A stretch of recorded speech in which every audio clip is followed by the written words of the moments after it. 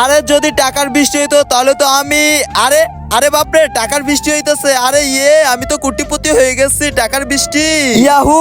আরে কি হইছে? আরে এটাকে আমি স্বপ্ন দেখলাম। স্বপ্ন? কি স্বপ্ন?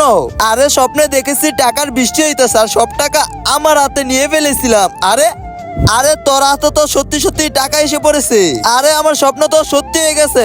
আরে ভাই এবার তুই আবার স্বপ্নে যা, আর এবার তুই স্বর্ণ নিয়ে আসবি অনেক। আচ্ছা ঠিক আছে, এই নে টাকাগুলো রাখ তুই। আরে আমি যদি খাজানা পেয়ে যাইতাম। তারপর কি হয়েছে জানার আগে তুমি যদি এই ছবিটাকে ভালোবাসো তাহলে ভিডিওতে লাইক দিয়ে চ্যানেলটাকে সাবস্ক্রাইব করো। আর যদি শয়তানকে ভালোবাসো তাহলে এগুলো কিছুই করতে হবে না। আরে আরে বাপরে খাজানা পেয়ে গেছি।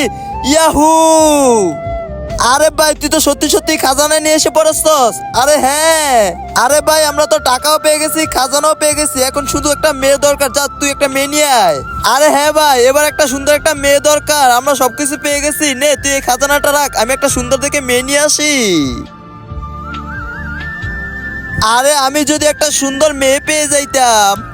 আরে ছাড়ো আমাকে, আরে ছাড়ো। আরে এটাই মনে হয় সে মেয়ে, আমাকে যেভাবে হোক মেয়েকে বাঁচাতে হবে।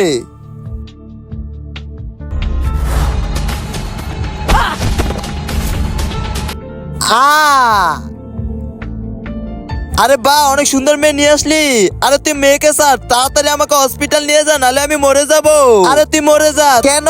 কারণ তুই বেঁচে থাকলে এই টাকা, এই খাজানা, এই মেয়ে সবকিছুর ভাগ নিবি। তুই মরে যা শালা।